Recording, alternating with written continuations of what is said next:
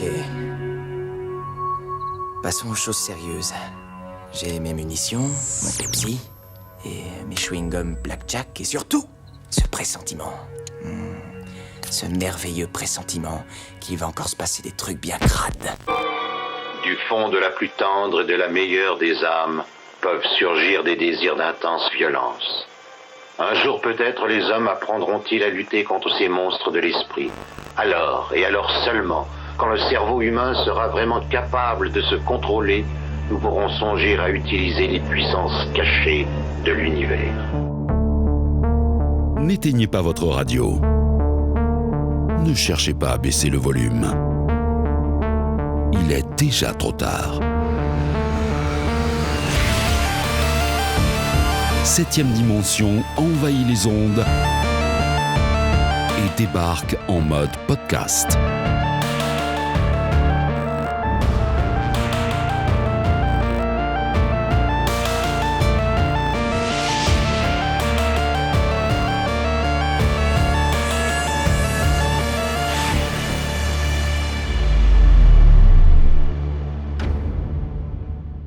Et bienvenue dans ce nouvel épisode replay de 7ème dimension. Notre créneau à nous, c'est le cinéma de genre bordel, et c'est le cinéma de genre bordel par 2 fois, parce qu'on remasterise, on remixe un petit peu les épisodes.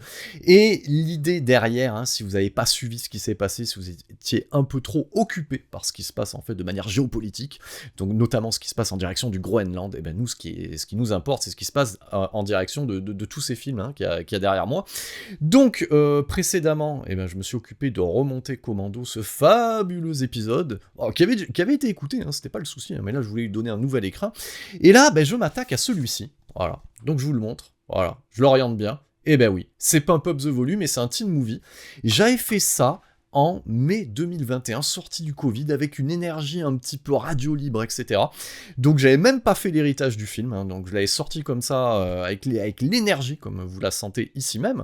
Donc ça faisait un petit 33 minutes, et j'ai envie de vous dire, il y en a peu, peut-être le nombre d'habitants d'un petit village du Groenland qui a écouté cet épisode, et donc ça, j'ai envie de vous dire, c'est un scandale. Donc, l'idée derrière, avec cet épisode replay dédié à Pump Up the Volume, c'est de l'agrémenter, de le remettre un petit peu en avant, en illustrant, comme je l'ai dit, au niveau du casting, en remettant un petit peu, forcément la bande-annonce, des images du film, tout ça, et en lui ajoutant aussi des choses importantes. Alors, en termes d'éléments importants à amener au niveau de ce film-là, c'est déjà de parler du genre du teen movie. Parce que c'est un genre à part entière, et on l'oublie pas, et notre créneau, c'est quoi ? Le mec, il va le répéter 15 fois. C'est le cinéma de genre bordel. Et le teen movie, on en a bouffé. Voilà, des wagons entiers. Notamment si on prend en compte tout le cinéma du cinéaste John Hughes, de Brickhouse Club, en passant par Ferris Bueller, jusqu'à Une créature de rêve. Et le reste, bien entendu. Et si on prend en compte aussi, ne serait-ce que le genre horrifique, donc la saga des Freddy. Ce qui plaisait dans la saga Freddy, c'était le traitement des caractères qui était tout droit inspiré, en fait, du teen movie. Et c'est pour ça en tout cas moi, pour ma part, j'ai adoré suivre ces suites qui sont de l'épisode 3, 4, 5, notamment pour le traitement de ces personnages, même le premier, de Wes Craven, où on y suivait, on était vraiment atteint par ce qui pouvait arriver au personnage de Heather Langenkamp et son petit ami Johnny Depp et ainsi de suite. On a eu aussi des films à la frontière, donc je pense aux Fatal Games déjà avec Christian Slater, qui est à l'affiche de ce Pump Up the Volume. Et on peut aussi rajouter les romans de Bret Easton Ellis. Moi, ça me fait plaisir de remonter cet auteur que j'adore, voilà, et j'espère que ça fera plaisir à certains et certaines. Donc, auteur qui est derrière, alors tout le monde le connaît aujourd'hui, parce que c'est remonté par rapport à American Psycho, mais le mec était connu surtout pour Neige sur Beverly Hills, qui est un film aussi avec Robert Downey Jr., bien avant Iron Man, et aussi avec tous ses problèmes d'alcool déjà au départ, et aussi Glamorama, ou même Les Lois de l'Attraction, qui sera adapté un peu plus tard par Roger Avary. Donc, Pump Up the Volume, c'était la 12e vérif, et ça met en avant cet acteur que j'apprécie beaucoup, qui est Christian Slater, vous verrez dans quelques secondes, je vous relèverai un lien de parenté avec un autre acteur, vous n'êtes pas prêts. Donc, alors, lien de parenté pas avéré, c'est vraiment le côté spirituel. Donc, Christian Slater, Samantha Mathis aussi, qu'on verra dans le film Super Mario Bros. Alors, oubliez le Super Mario Galaxy qui va sortir, moi je vous rappelle du film live Super Mario Bros. Et bien entendu, comme on en a l'habitude dans la vérif, quel est le sommaire, on repart dans un premier temps sur les prémices, donc la carrière d'Alan Moyle, le casting, ensuite on passe sur la chronique, et bien entendu, on atterrit sur l'héritage direct de ce film-là, où c'est qu'on peut retrouver, on va dire, l'essence même de ce film aujourd'hui. Donc, comme on en a pris l'habitude, avec le précédent replay, moi, ce que je fais, c'est que je vous laisse avec moi-même, dans une autre temporalité, donc si on traduit, donc, moins 5 ans, et je vous récupère à la fin pour combler les failles aussi de cette chronique que j'avais fait à l'énergie, c'est-à-dire, j'avais même pas fait l'héritage. Donc, pump up the volume, on lui donne de la force, c'est tout de suite. Une vérif très spéciale, et je dirais même une vérif d'utilité publique par les temps qui courent. Donc on se fait une petite incartade, d'ailleurs, sur, on va dire, une vérif DVD. Oh, c'est beau. Donc un DVD que ça fait à peu près... allez, si je dis pas de bêtises, ça fait au moins 6 ans que je l'ai, et je l'avais pas revu depuis, et l'édition date de 2006. Il s'agit du Pump Up the Volume d'Alan Moyle. Alors... Pump Up the Volume, c'est un film, c'est un teen movie des années 90 qui est cher à mon cœur, et j'ai presque envie de vous dire, vous m'entendez parler sur du Leonard Cohen, comme le personnage principal le fait dans le film, on est presque dans la mise en abîme. Donc c'est un film important, parce que quand je me suis lancé dans le podcast, j'ai pensé à ce film-là. Voilà. On va dire, cette manière de mettre en avant la radio libre, c'est un petit peu ce que j'avais en tête. Modestement, bien entendu, je ne vais pas lancer une révolution en France à l'aide d'un podcast dédié au cinéma, mais c'est un petit peu ce que j'avais en tête au niveau du ton libertaire que j'ai en tête pour ce podcast, pour cette vérif, pour les podcasts longs de 7ème dimension, et aussi, je vais continuer à faire ma petite pub, et aussi pour le podcast musical dédié aux musiques extrêmes qui font du bruit, c'est-à-dire Metal Advisory.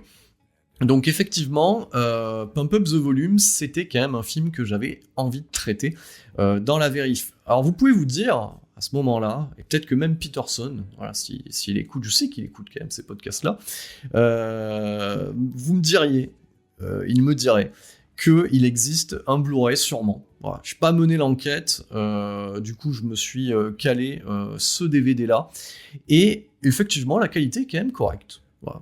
Donc c'est vrai que revoir du DVD confortablement installé dans son salon avec du bon matos, souvent c'est un petit peu la surprise parce qu'on a des masters un peu dégueulasses, et celui-là il est plutôt pas mal. Donc de toute façon j'y reviendrai tout à l'heure. On va poser un petit peu le contexte de ce film.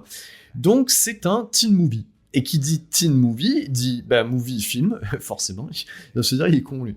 Donc il dit film, mais il dit teen, c'est-à-dire teenager, donc c'est-à-dire que c'est un film qui va s'adresser, donc c'est de la comédie, qui peut être dramatique, sentimentale, voire les deux, et qui va s'adresser en particulier aux adolescents. Parce que du coup, ça va traiter en fait de thématiques adolescentes. Alors, quelles sont les thématiques adolescentes ? Les thématiques adolescentes sont liées forcément à cette période donnée de la vie où son corps change sous l'effet des hormones et on se sent plus ou moins incompris, rejeté par les adultes, par le système, et effectivement, on a tendance à se sentir à part, seul au monde, et on s'énerve pour un rien, et c'est à ce moment-là aussi qu'on décide de s'habiller comme des merdes, d'écouter de la merde et regarder de la merde. Non, je plaisante. Donc voilà, ce sont effectivement des thématiques qui vont s'adresser directement aux adolescents. Il y a aussi forcément l'interrogation par rapport au premier rapport sexuel. C'est beau, j'ai l'impression d'être le doc dans l'émission Doc Eddie Fool. Donc c'est magnifique. Donc voilà, on aura vraiment toutes ces interrogations et ces peurs-là en fait, qui sont typiquement adolescentes. Alors, le fait de le revoir en fait, ce film-là, je me rends compte aussi, effectivement, alors que soit je suis un ado attardé, c'est possible, voilà, à 40 piges, d'être un ado attardé, soit, putain, ça reste quand même d'actualité. Voilà. Alors pourquoi ça reste d'actualité ? Parce qu'au final, dans ce monde qui va à 100 à l'heure dans lequel on vit, donc vous allez voir, vraiment cette vérif va déboucher sur complètement autre chose, c'est ça qui est génial. Donc dans cette époque complètement tarée qu'on vit, donc c'est-à-dire Covid, c'est-à-dire couvre-feu, donc, et même sans ça, c'est-à-dire tout ce qu'on peut connaître, les exigences professionnelles, la société de consommation, et je vais même vous dire aussi l'évolution du rôle de l'homme et de la femme. C'est-à-dire on ne sait même plus qui fait quoi, quand, comment, pourquoi. Voilà. Donc c'est le bordel, on doit agir vite, et c'est vrai qu'on se sent par moments largué. Voilà, largué. Et c'est vrai que regarder ce film-là avec les thématiques qu'il traite, c'est putain d'actualité. C'est d'actualité, bordel. C'est pour ça que je dis que cette vérif, elle est d'utilité publique. Alors pourquoi elle est d'utilité publique ?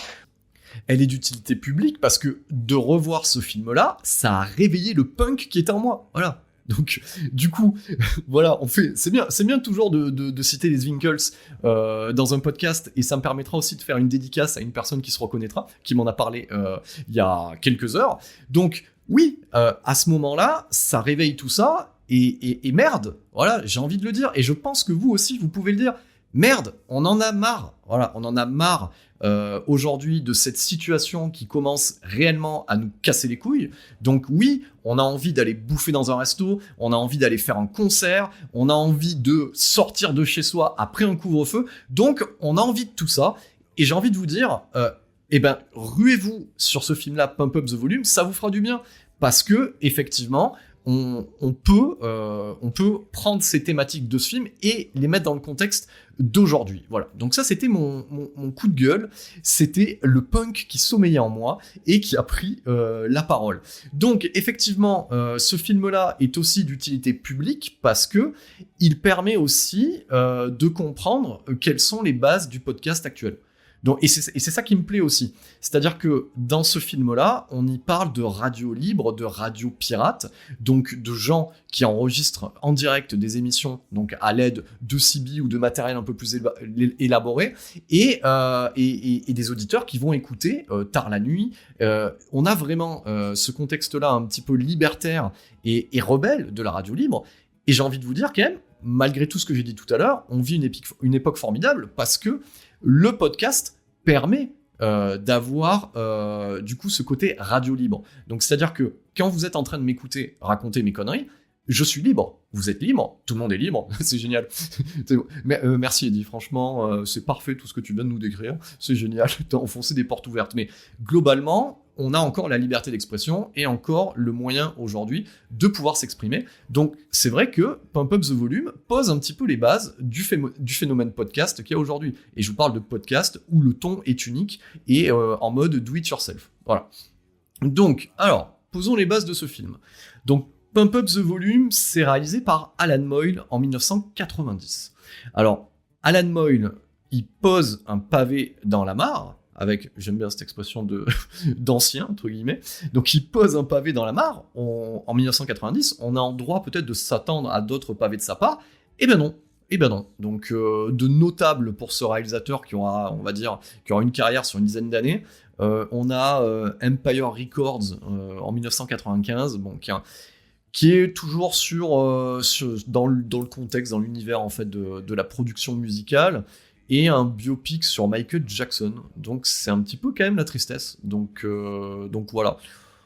Peut-être que Pump Up the Volume peut être considéré comme l'œuvre d'une vie. Peut-être qu'il a tout dit dans ce film, et en même temps, j'ai envie de dire, il a tout dit de bien belle manière. Donc voilà pour le réal qui est l'homme d'un film quelque part.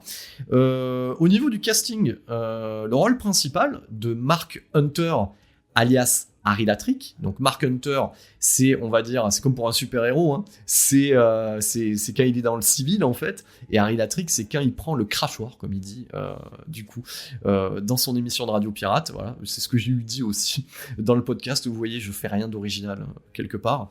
Donc Mark Hunter, le personnage principal, est incarné par Christian Slater. Et Christian Slater, moi, c'est un acteur que j'aime beaucoup. Et je l'aime beaucoup, pourquoi ? Parce que il a ce sourire carnassier typique de Dennis Quaid, et il pourrait être quelque part l'enfant caché de Jack Nicholson. Donc j'aime beaucoup cet acteur qui a une gueule et qui a ce grain de folie dans le regard, qui fait aussi qu'il s'est retrouvé dans les pages de 7ème dimension, notamment dans le bar de Dennis Quaid, dans la rubrique biographique des acteurs alcooliques. Donc, vous l'aurez compris, Christian Slater, on l'aime d'amour. Alors Christian Slater, avant d'intervenir du coup dans Pump Up the Volume, c'est un petit rôle dans Le Nom de la Rose en 86, du coup Le Nom de la Rose de Jean-Jacques Hano, aux côtés de Sean Connery et Ron Perlman, Voilà, donc si je me rappelle bien, bon, je l'ai vu plusieurs fois, mais il y a très longtemps, Nom de la Rose, je crois qu'il est dans une scène de cul, je crois que c'est la scène de cul du Nom de la Rose, donc autant dire qu'il n'est pas venu pour rien dans son song rôle. Ensuite, on le retrouvera dans un autre teen movie marquant de la fin des années 80, début des années 90, qui est Fatal Games, et en VO Heathers, donc moi j'ai toujours kiffé ça, c'est-à-dire que retitrer un film américain avec un autre nom anglophone, c'est toujours bien, voilà. Donc Fatal Games alias Heathers, donc de Michael Lehmann, et il y joue le rôle principal aux côtés de Winona Ryder, donc voilà, c'est pas rien. Et puis après Pump Up the Volume, s'ensuit une carrière faite dans le haut de sa carrière, faite de second rôles marquants et de rôles principaux.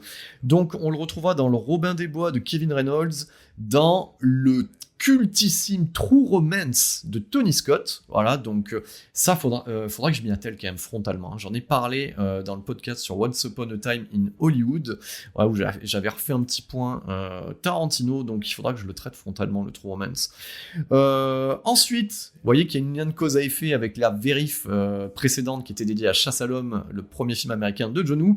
Et ben on retrouvera du coup Christian Slater dans le, de mon côté mal aimé et pour certains apprécié, Broken Arrow, deuxième film américain de John Woo aux côtés de John Travolta. On le retrouvera aussi chez Neil Jordan pour l'adaptation du roman culte de Anne Rice, Entretien avec un vampire. On le retrouvera aussi chez Peter Berg pour les moyens d'une comédie tarée qui s'appelle Very Bad Things. Et on le retrouvera aussi de nouveau chez John Woo en version américaine dans Wind Talkers. Les années 2000-2020 le verront plonger dans les tréfonds de la série B et Z. Et au niveau de la tristesse, vous savez que vous pouvez voir dernièrement Christian Slater, vous pouvez le voir dans C'est nous les héros de Robert Rodriguez, son espèce de mash-up des Spy Kids sur Netflix. Donc autant de vous dire que c'est la tristesse, avec aussi Pedro Pascal et une palanquée de gars venus payer leur loyer dans ce film qui vous viole littéralement la rétine. Alors, j'aime beaucoup Robert Rodriguez, mais je l'aime plus quand il fait du Frank Miller ou quand il fait du Danny Trejo que quand il fait ses films pour les enfants. Voilà. Donc, autre membre du casting qu'on peut retenir, la mignonne, la très mimi, la charmante Samantha Mathis, voilà, dans le rôle de Nora Diniro, putain, alors c'est comme De Niro, mais avec un I, voilà, c'est Nora Diniro, et c'est le love interest du personnage principal. Et ben cette Samantha Mathis, à part être topless dans le film, c'est important de le noter, c'est important, il y a un bon teen movie, il y a du topless. On la retrouvera en 93 dans ce fabuleux film, on va le citer quand même, hein, l'adaptation cinématographique, qui va arriver à le sortir, de Super Mario Bros. Et oui, ça existe. On la retrouvera aussi, et oui, lien de cause à effet, dans Broken Arrow, dans American Psycho, dans Le Punisher de Jonathan Hensley, et bah oui, dans le rôle de la femme du Punisher qui se fait dézinguer au bout du premier quart d'heure. On la retrouvera aussi aux côtés de notre ami Kevin Costner pour le Instinct de survie, qui est très très bien, très très bonne série B, et on la retrouve régulièrement aussi, enfin plus maintenant parce que c'est terminé, dans la série The Strain. Voilà. Donc voilà pour le casting principal. Bien entendu, on retrouve des têtes qu'on a vues 1000 fois dans les années 90, comme Seth Green, que vous avez pu voir aussi dans Buffy contre les vampires, aussi dans le rôle d'un loup-garou tout mignon. Enfin oui, c'est un loup-garou en peluche, à peu près, dans Buffy contre les vampires. Voilà, c'est à peu près ça l'idée au niveau du casting. Alors, Pump Up the Volume, au niveau de l'histoire, ça raconte quoi ? Bon, c'est pas un scénario des plus complexes, hein. C'est l'arrivée d'un jeune lycéen qui s'appelle Mark, voilà, plutôt timide, donc qui a un petit peu du mal à se mélanger aux autres, à parler aux autres, donc il a pas d'amis, il a pas de copine, et il profite d'une superbe chambre dans le sous-bassement de la maison de ses parents. Ça, c'est cool. Je pense que tous ceux qui ont vu ce film-là à l'époque aurait kiffé avoir, on va dire, un lieu de vie comme ça, ado, c'est-à-dire vraiment dans le sous-sol, quoi. Donc, et dans ce sous-sol, en fait, et ben du coup, il est équipé avec pas mal de matériel audio, notamment de quoi transmettre en fait sur les ondes et de manière non autorisée. C'est pour ça qu'on appelle ça de la radio pirate. Et du coup, il prend un pseudonyme en se faisant appeler Harry Latrick. Il a l'ancêtre en fait du vocodeur, donc du coup il déforme légèrement sa voix, donc du coup il a une voix un peu plus grave, voilà. Donc et il va parler un petit peu, il va dire tout haut ce que tout le monde pense tout bas, ou un truc dans le genre, voilà. Donc il pousse des coups de gueule, et effectivement, on se rend compte qu'il est écouté par pas mal d'ados, de camarades de son lycée. Voilà, ça c'est à peu près le plot de base. Donc au fur et à mesure de ces coups de gueule, parce que c'est quand même assez bien organisé, il y a une petite boîte aux lettres en fait où il peut recevoir du courrier, c'est plutôt intéressant pour une radio pirate, c'est quand même plutôt bien fait. Et donc il reçoit des lettres et on va dire que il va traiter de sujets divers comme des sujets gays, comme le suicide, le rejet lié à sa différence, comme l'homosexualité, etc. Et donc ça, ce sont directement des thématiques qu'on peut encore retrouver à l'heure actuelle, parce que même si notre société a évolué au niveau de l'acceptation, en fait, par exemple, de nos préférences sexuelles, de sa manière de s'habiller, de la musique qu'on écoute, etc., même si ça a évolué, on sent encore que c'est compliqué dans les mentalités. Donc voilà, c'est pour ça que je vous disais que ce film reste encore d'actualité et que ça amène un vent de liberté à ce niveau-là. Donc du coup, il enregistre ces émissions-là la nuit. Alors, ce qui est assez intéressant, on peut se poser la question dans le film, c'est que il a l'air quand même de foutre le bordel quand du coup dans la cave quand il enregistre ses émissions, et ses parents, eux, n'entendent jamais rien. Donc, moi, je vous donne un exemple. Bon, moi, je suis tout seul, mais bon, peu importe. S'il y a quelqu'un dans mon salon juste à côté, je suis en train de déblatérer, du coup, au niveau du micro, je vous garantis qu'on m'entend. Voilà. Alors lui, non, c'est super bien insonorisé, puis les parents se posent pas de questions. Donc il sera dit dans le film, en fait, que tout ce matériel-là, c'était ses parents, en fait, qui lui avaient acheté pour qu'il reste en contact avec ses amis de la côte Est ou de la côte Ouest, ou j'en sais rien. Bon, bref, il a déménagé, donc à l'autre bout du pays, et du coup, voilà, c'était pour rester en contact. Et comme il le dit, il a été tenté de prendre le contact, mais personne n'a répondu, donc il a commencé à parler tout seul. Et c'est un petit peu ce qu'on fait quand on fait un podcast. On parle tout seul. Moi, je suis en train de parler devant un écran qui est en train d'enregistrer, donc typiquement, je parle au mur, voilà, et je m'adresse à vous dans un futur plus ou moins proche, qui est celui du montage et de la mise en ligne, voilà. Donc là, donc on a ce plot de départ, et forcément, il devient un petit peu le porte-étendard d'une certaine forme de rébellion et de contestation dans le petit patelin où il a emménagé. Voilà. Un peu malgré lui, en fait. C'est un petit peu le syndrome de la rockstar. Vous voyez, c'est un petit peu le côté Kurt Cobain. En fait, je suis porte-parole d'une génération sans le vouloir, en fait. Sauf qu'à la différence, c'est que lui, il se suicide pas. Voilà. Donc, voilà, c'est la seule différence. Oui, non, ce n'est pas drôle, le suicide, mais voilà, c'était pour faire une petite touche à ce niveau-là.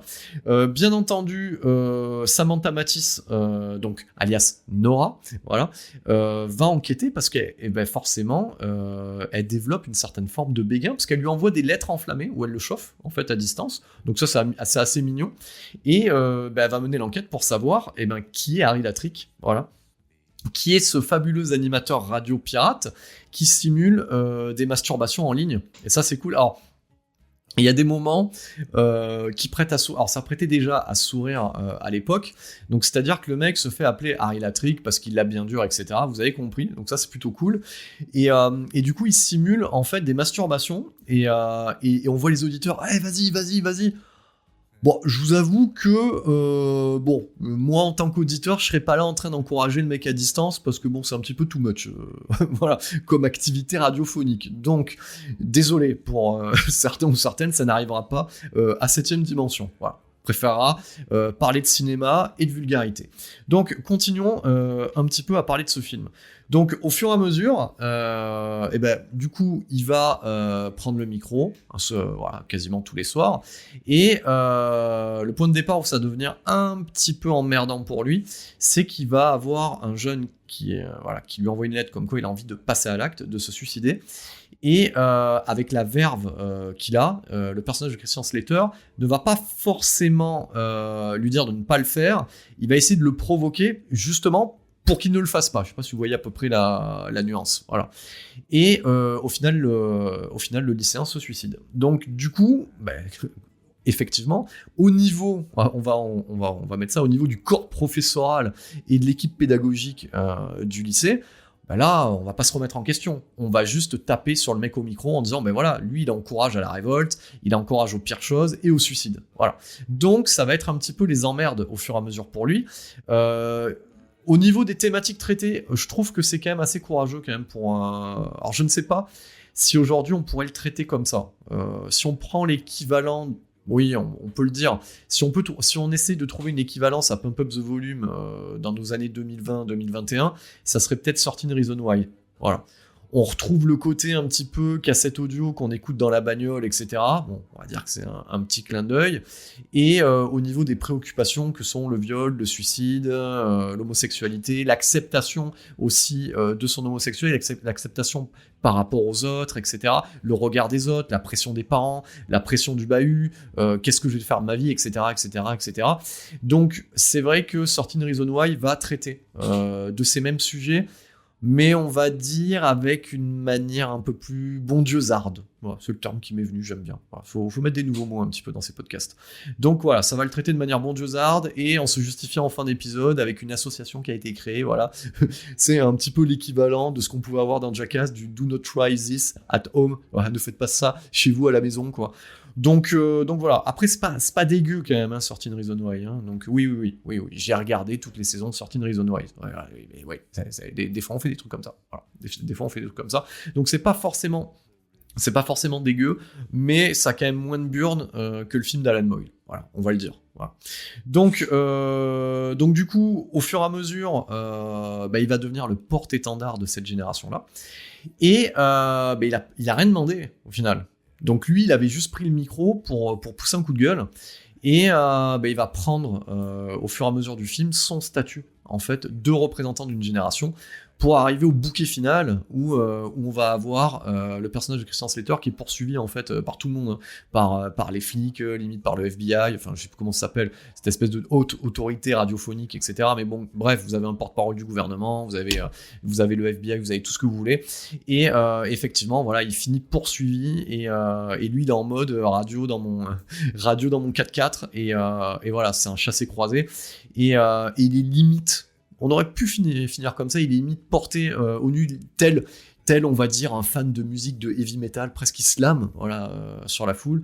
Et voilà. Et donc, le film se conclut, oui, désolé, on est dans les spoilers, vous avez qu'à le voir, et du coup, ça vous donnera envie de le voir, parce que je ne raconte pas non plus tout ce qui se passe dans le film.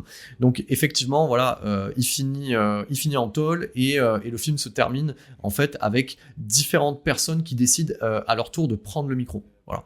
Donc ça, c'est quand même le message positif, libertaire à ce niveau-là. C'est-à-dire que vous avez une voix, vous pouvez vous exprimer. Donc je pourrais vous dire la même chose. Hein. Je veux dire, moi, si je prends la parole dans un podcast, c'est que j'en ai entendu d'autres prendre la parole dans un podcast. Et voilà. Et je vais dire mes conneries. Je ne sais pas si elles changeront le monde ou si elles changeront votre quotidien pendant 10 minutes ou le temps de ce podcast. Mais peu importe. Voilà. C'est un plaisir avant tout personnel. Voilà. C'est ce que j'avais déjà expliqué précédemment dans d'autres épisodes du podcast de 7ème Dimension.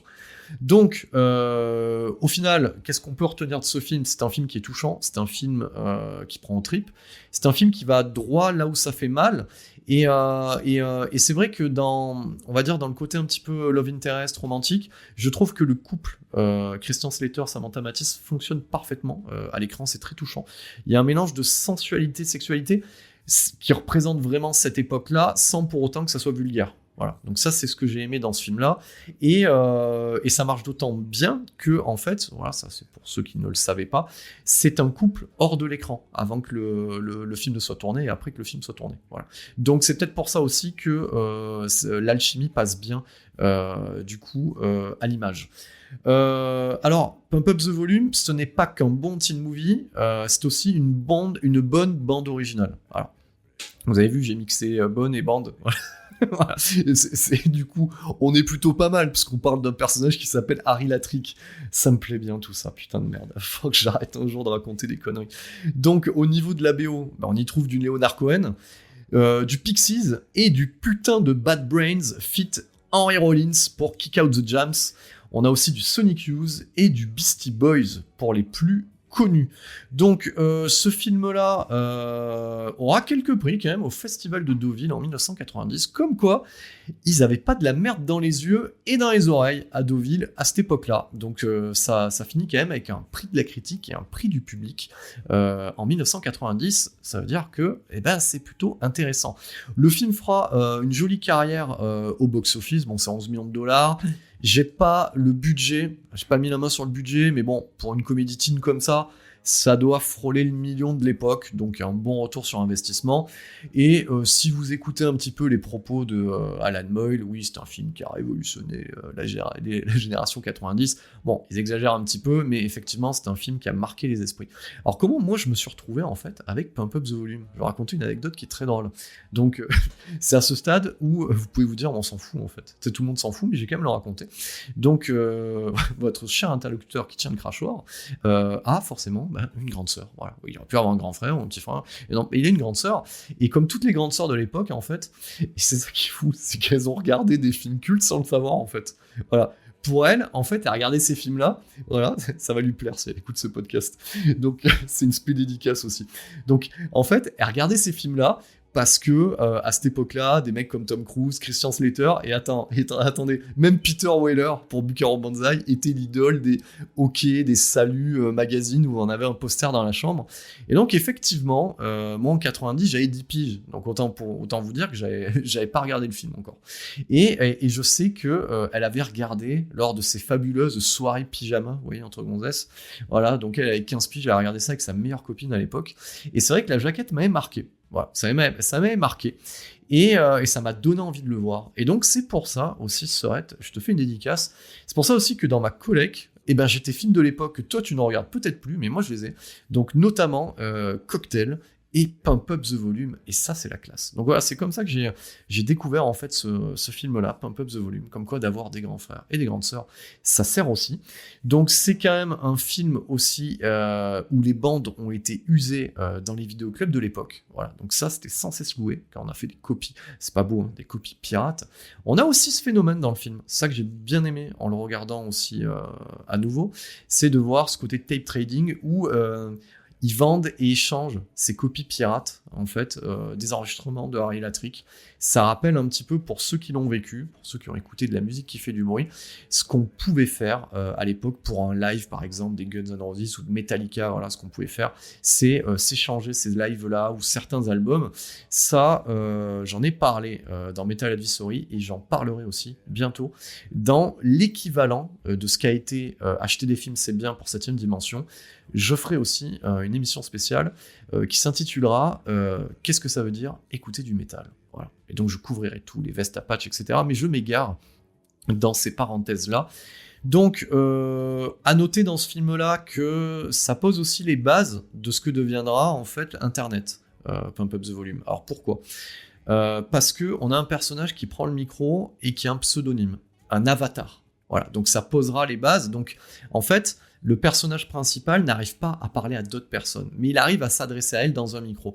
Et c'est un petit peu ce qui se passe aussi avec la génération du web 2.0, où chacun a un avatar, chacun va avoir un compte sur un réseau social, etc. S'inventer une vie quelque part. Ça, c'est le vieux con qui dit. Voilà. Avec les parents qui disent, faudrait trouver un vrai métier quand même, hein. Voilà, donc du coup, voilà, sur Internet, il est facile de pouvoir se réfugier derrière un écran, derrière un clavier, pour discuter avec d'autres personnes, voilà. Donc je pense aux célibataires d'aujourd'hui, voilà. Et après, je pense aussi que c'est pas forcément des fois une bonne chose. Donc je pense à toute cette génération de haters sur Twitter ou autre. Donc voilà, globalement, on est réfugié derrière un écran et on peut raconter ce qu'on veut, voilà. Après, c'est important aussi, c'est le conseil du vieux con à ce stade, cet épisode de La Vérif, il part vraiment dans tous les sens. C'est important aussi de rester droit dans ses bottes et d'être la même personne dans le virtuel que dans la vie réelle. C'est important, voilà. Ça, c'est, on va dire, un objectif que je me suis fixé. Voilà. Tout le monde s'en fout, mais je partage avec vous cet objectif, chers auditeurs, chères auditrices. Donc voilà, je sais aussi que ce podcast fera plaisir à une autre auditrice aussi, voilà, qui m'a dit que c'était un film qui l'avait marqué. Ben, tu vois, c'est chose faite aussi. Voilà. Donc j'ai pris le crachoir pour en parler. Alors, c'est peut-être aussi la vérif la plus courte que j'ai enregistrée dernièrement. dernièrement, parce que voilà, il y a des choses à dire, mais peut-être pas énormément, peut-être qu'on pourrait en dire plus, mais globalement, j'ai peut-être moins de choses à dire là-dessus que ce que j'en ai à dire sur le cinéma des gros bras ou d'autres joyeusetés du cinéma de genre. En tout cas, en termes de teen movie, on est sur le haut du panier. Voilà, pour moi, je considère comme un film culte, et ce qu'il faut retenir, pourquoi je disais en introduction de ce podcast que c'était d'utilité publique de regarder Pump Up the Volume, je m'adresse à tout un chacun, à tout âge, c'est parce que oui, dans la situation anxiogène dans laquelle on va en sortir, hein, c'est pas encore gagné, hein, mais dans la situation anxiogène dans laquelle on en a plein le cul. Et j'ai envie de vous dire, comme peut le dire Harry Latrick dans ce fabuleux film, bah faites du bruit, bordel de merde, exprimez-vous, dites des horreurs, montrez que vous êtes là, existez, voilà. Dites que vous en avez ras-le-bol. Et ça, c'est important parce que moi, putain de merde, j'en ai ras-le-bol. Voilà, donc ça, c'était le coup de gueule de cette vérif-là. Eh bien, on peut dire qu'il y avait de l'énergie, en fait, sur cet épisode d'il y a 5 heures. Ah ben ça, c'était l'énergie post-Covid, on avait envie de retourner dans les bars et d'aller s'ambiancer, etc. Et effectivement, je trouve même que j'avais une voix suave hérité en fait de la radio livre. Je pense que c'était l'inspiration de Leonard Cohen, de Christian Slater, du DIY, du micro, de la radio pirate, tout ça. Mais effectivement, quand on y regarde de plus près, j'avais pas fait l'héritage de ce film-là, j'avais envoyé ça, c'était vraiment l'énergie du punk, et donc je complète tout ça dès à présent. J'espère que vous avez pris un maximum de plaisir à réécouter et à donner de la force à cet épisode. Donc en termes d'héritage, ce qu'on peut relever directement, c'est un diptyque, une série de films, et c'est vrai que en lieu et place de la radio pirate dans son garage, c'est une émission pirate dans son garage, c'est les deux Wayne's World, voilà, starring Mike Myers et Dana Carvey. Et Mike Myers, on l'a vu dans Austin Powers, c'est aussi la voix de Shrek, et j'ai l'impression que le gazier, ça fait un petit moment que je l'ai pas vu. Moi, la dernière fois que je l'ai vu au cinéma, entre guillemets, dans un rôle un peu de premier plan ou en tant que second couteau, c'était dans le Inglourious Basterds de Quentin Tarantino. Donc n'hésitez pas en commentaire à me dire pourquoi on le voit un peu moins, quels sont ses derniers faits d'armes. Donc en tout cas, ce premier Wayne's World, cette radio pirate fait dans son garage, c'était aussi dans les années 90, on va pas se mentir, quelque chose qui incarnait une autre contre-culture qui était celle du métal, et on n'avait pas beaucoup de films. Heureusement qu'aujourd'hui c'est beaucoup moins le cas depuis une vingtaine d'années, mais à l'époque, Wayne's World, ça représentait un peu ce côté-là, et combien de fois j'ai vu des métalleux refaire ce qu'il y avait dans le film, sur Bohemian Rhapsody dans une voiture. Donc voilà, ça je vous le conseille, notamment le premier réalisé par Penelope Ferris, donc une réalisatrice chère à notre cœur. Pourquoi ?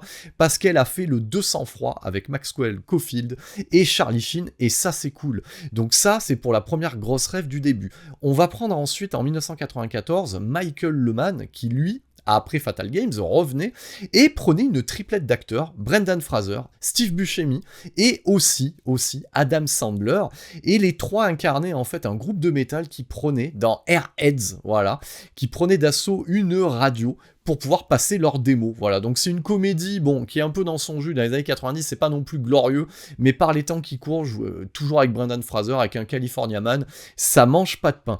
Et si on prend des références plus récentes, voilà, on pourrait citer notamment la série Netflix 13 Reasons Why, parce que le coup des cassettes audio, alors pas le fait d'enregistrer les cassettes audio pour parler du suicide, ça n'a rien à voir, mais le coup des cassettes audio qui sont relayées en fait dans la cour du lycée, écoutées en douce, ça c'est ce qu'on a dans Pump Up the Volume. Et effectivement, le sujet qui est traité dans cette série, qui est tiré d'un bouquin, qui arrive bien après Pump Up the Volume aussi, donc notamment le mal-être adolescent, c'était le sujet de Pump Up the Volume. Donc là, on a une filiation directe.